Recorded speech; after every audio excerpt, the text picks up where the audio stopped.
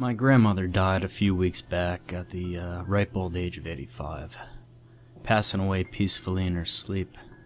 By all accounts, she lived a damn good life, and I tried my very best to make it so.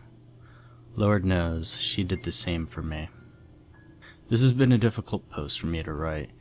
You see, when a treasured loved one dies, especially one that you grew up with, the little solar system of your life is thrown completely out of orbit. Not that mine was ever all that stable in the first place. My parents died in a car accident when I was 2 years old, and I was a little too young at the time to fully absorb the emotional impact of being orphaned. When the prospect of being into the foster system was brought up with the family lawyer, Grandma took me in without a second thought. Her home was our home. It's where I built my childhood. Honestly, you'd never meet a more charitable woman than my grandma. From the second I came into her life, all the way up to her death and even beyond, she's provided me without fail. Another interesting thing about my grandma is the fact she was mute. I'm not talking about selective mutism here. I'm talking full-blown, constant silence.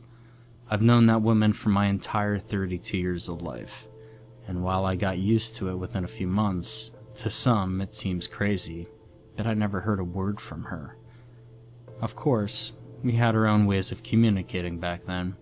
I picked up sign language pretty quickly, as kids tend to do, and she always used to write on this little chalkboard for me. I thought it was awfully cute at the time. I got a call from her lawyer a few days after she passed, telling me she'd left the entire estate to me in her will. It doesn't matter how well you know a person, that kind of thing always hits you deep. Everything that wasn't covered by her donor card now belonged to me. A week or two passed, some papers were signed, and money changed hands. The wheels of bureaucracy turned slowly as ever, as my grandma's possessions became my possessions, and some eager patients became happy recipients of Grandma's remarkably healthier liver, kidneys, and lungs. Like I said, she was the giving type. The home was an old Georgian place, 2 stories, 3 bedrooms, and a well-maintained garden. I felt like a kid who just got a pony for Christmas. The problem was, I'm not a rich enough guy to pay the rent on an apartment and a house.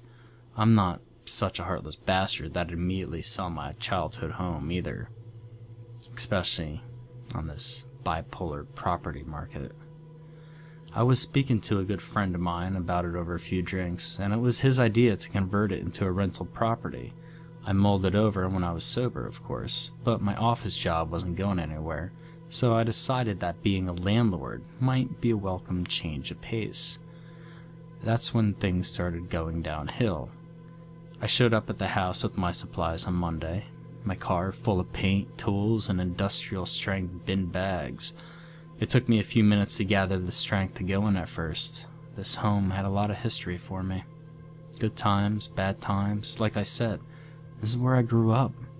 And my grandma's death had made all the nostalgia taste bitter to me. The faster I did it, I kept telling myself, the less it would hurt. Like ripping off a Band-Aid. The place had barely changed since I moved out at 21. It felt like a picture, frozen in time, waiting for my return. I guess I granted its wish in that sense. It just didn't expect me to start tearing down the wallpaper. I was methodical, going from room to room, watching scenes from my childhood replay in the theater of the mind, before I started repainting and remodeling everything in sight. God, I forgot how ancient the place looked. Grandma's sense of style never really left the 70s. Once the front floor was bare and I dragged all the furniture into the front yard. My drinking buddies were suspiciously absent when I needed them with the heavy lifting. Go figures. I had a break for lunch and did some exploring.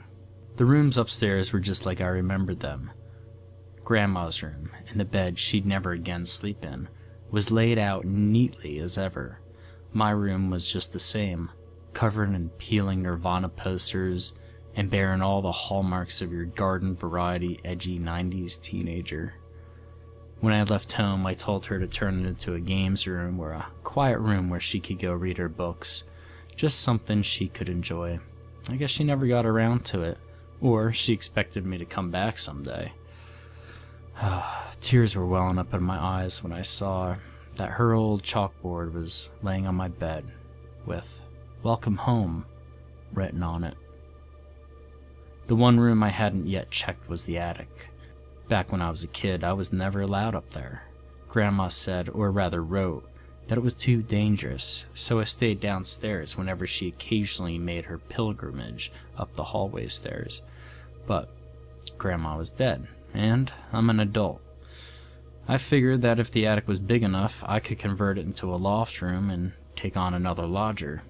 It'd be more income if I was right, so it almost felt stupid to miss out. Flashlight in hand, I made my way upstairs into the attic. The bulbs up there were long since fucked, so my only source of light was a thin shard emanated by the flashlight. I'd never been a superstitious man, but something about the attic made me feel uneasy. Naturally, at first, I didn't see anything but old bags, boxes, and suitcases. I made a mental note to check those later. While I forged deeper into the surprisingly spacious attic, my eyes were on the money, and the chances of being able to install a room up here looked hopeful. Then a shape got caught in the beam of my flashlight, and I felt my heart skip a beat. It was a shape of a leg, a baby's leg, like it had been ripped from the socket. I rushed over to take a closer look, and felt the greatest relief of my life when I realized it was just plastic. Shortly after that, a second wave of creep set in, because what was a plastic baby leg doing in my grandma's attic? I picked it up and swept the area with my flashlight until I caught something similar in the corner.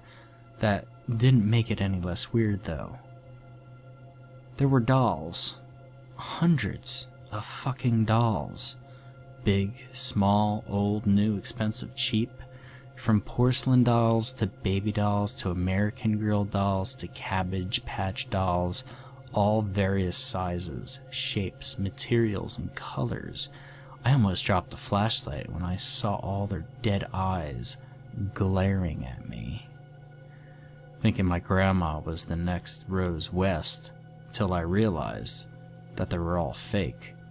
They were all arranged in a big pile, like some kind of shrine. When my heartbeat had normalized again, I took a few steps closer, letting my flashlight cut through the gloom. So, my grandma had been collecting these all these years, and she never wanted me to see them? Not a bad call, actually. They made me feel uncomfortable then. God knows what I had thought of them 20 years earlier. While I'm sure they had a lot of sentimental value to my grandma, they sure as hell didn't have any to me, and I figured that no lodgers would want to stay in a home that seemed like some demented serial killer's person-sized dollhouse. They had to go, all of them. I fetched some of the bin bags from my car and started packing up some of the smaller ones, just chipping away at Mount Creepy bit by bit. The way Grandma had stacked them didn't even leave them all visible. It was dolls on top of dolls, each just as horrible as the last. All except for one. I found her lurking underneath the others, her face buried in the back of a tatty rag doll. It was like she didn't want to be seen, or that my grandma didn't want me to find her. She was bigger than the rest, about the size of a 4-year-old child, but with slightly off proportions. Her little, pinched-up face was molded from rubber and plastic, and her long, black hair looked like fiber optic tubing. It's one of those things that's difficult to put into words, but something about her just repulsed me. Maybe it was those vacant blue eyes or the little silk dress that reminded me of those post-mortem photographs they took of children in the Victorian era. It all just felt eerie and wrong. Reaching out to touch her, The flashlight clenched between my teeth. Felt like I was reaching to grab a live tarantula. She was a lot heavier than I expected her to be. The torch glare revealed all the tiny scratches and imperfections in the plastic, making her look even uglier. Another thing I noticed when the light was shining directly on her face was that while her mouth was closed, the rubber on her tiny, lifelike lips wasn't sealed together. There was a black slit running between them.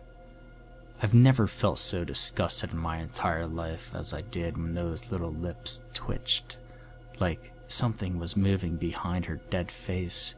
My initial thoughts were animatronics, like those dolls designed to suckle on little bottles when you put them near their mouths. But this doll looked way too old for that kind of technology. So, being curious like a certain dead cat, I put my thumb on the doll's chin and gently slid open the mouth. In the darkness, something was stirring. The doll had a tongue. A human tongue.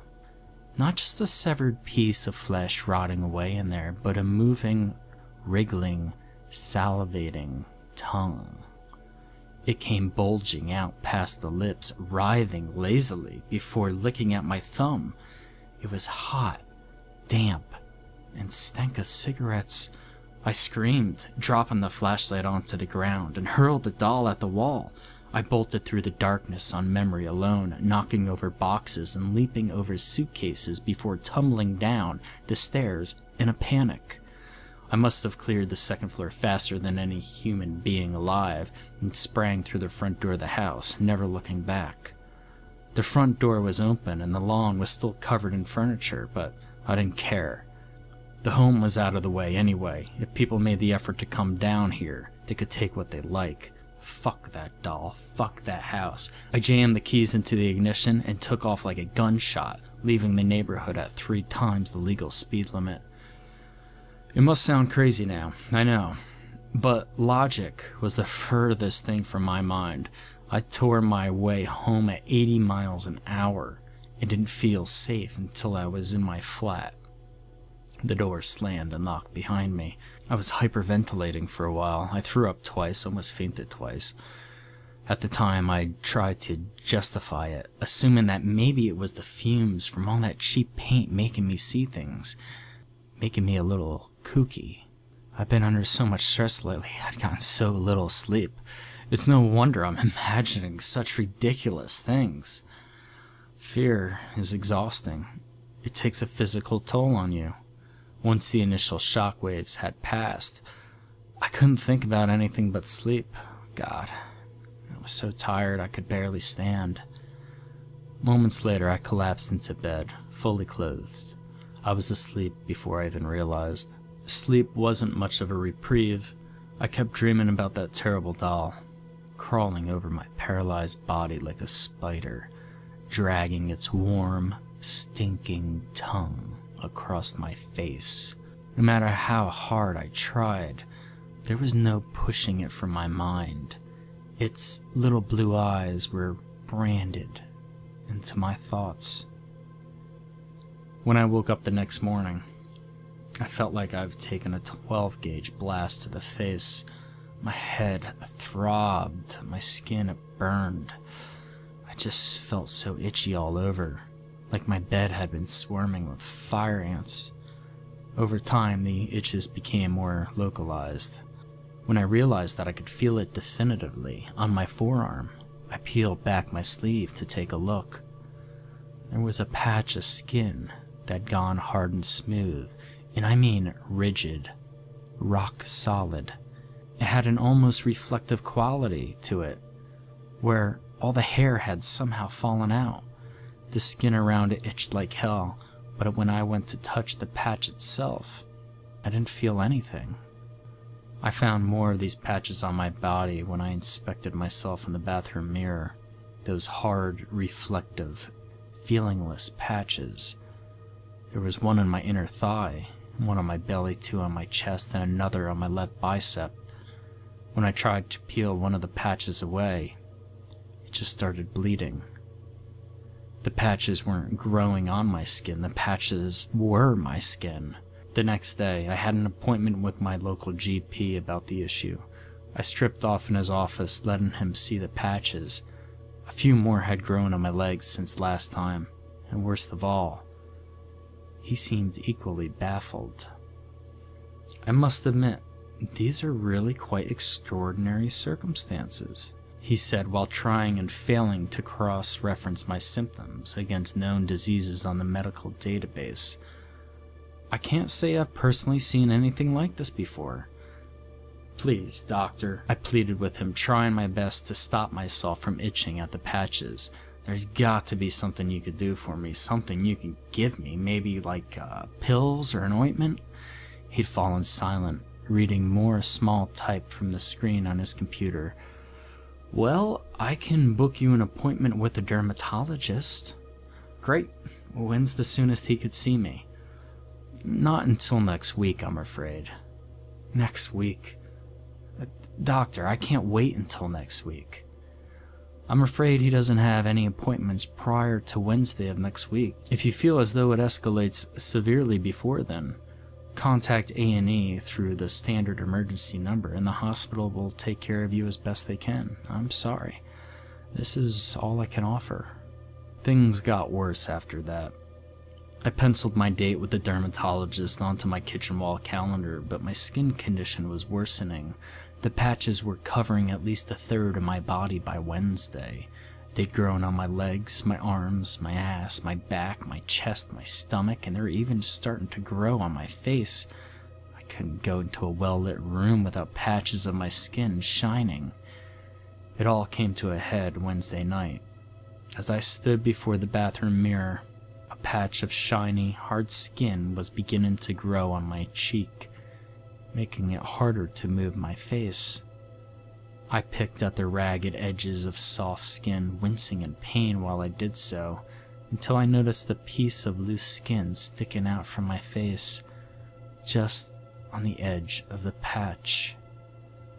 I grabbed it between my thumb and forefinger and started pulling, and a long swath of translucent soft skin peeled away from my face, revealing more rigid, reflective skin underneath. A few seconds later, I vomited into the bathroom sink. This was the last straw. It pushed me over the edge. The floodgates of rationality gave way to maddening truth. It was all that fucking doll.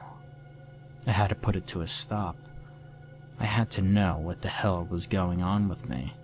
I got into the car with a kitchen knife slid into my belt and started driving towards Grandma's house.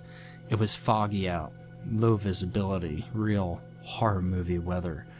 I was too angry to be afraid, too shocked to be uneasy. Soon, there was going to be more of that awful plastic skin than there was real skin. I looked like some perverse shop window mannequin. The furniture was still all over the front garden when I arrived. The front door was still wide open. Nothing had been touched. Frozen. A picture. Just waiting for me. I have to do it fast, I thought. If I do it fast, it'll hurt less, like ripping off a band-aid. Christ. Deja vu.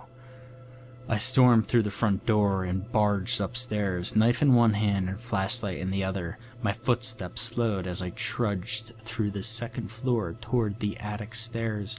The fear and trepidation was setting in. It felt palpable, like it was squeezing me. Or maybe that was just my skin. The attic, like everything else, was just the same as I left it. The bastard doll was still there too. I could see it very faintly, its face to the ground, its body crumbled in the corner where I threw it, where it belonged. I held the flashlight in my teeth again and headed over to the doll, remembering its bizarre weight. I grabbed it by the scruff of its dirty, silky dress and yanked it up into my arms. Once again, the harsh light was shining directly into the doll's face. Oh, dear God. The doll. It was covered in patches of skin. My skin. My soft, pink skin. Some were sporadic, some were close together. But what was unmistakable was that the doll was somehow growing new skin, and growing my skin while the skin on my body turned to rigid plastic. I dropped the doll and stumbled backward, the knife clinking to the floor and the flashlight rolling off, casting errant shadows on the wall. My skin was on fire again. My head was spinning. I vomited onto the ground and clung against the wall, trying to steady myself in a world that didn't make sense anymore. Just then, my phone buzzed in my pocket, resurrected me from my trance. I pulled it out of my pocket with a trembling hand and pressed the answer button before holding it against my ear. "Hello, this is Dr. Samsa speaking. I know you don't know me, and I'm sorry to call you from home, but I'm one of the doctors who performed the post-mortem hepatectomy on your grandmother last week. I wasn't going to call, but something about it has been bothering me recently." "What?" I replied in a monotone voice, barely in this world. "Your grandmother, she was nonverbal, wasn't she?" "Yeah." "When did she have the prosthetic fitted?" This jogged me from the haze. "I'm sorry, prosthetic? I don't follow." "Her prosthetic tongue, sir." My blood ran cold. "What?" "Her prosthetic tongue." I wasn't even aware such a thing existed, in all honesty.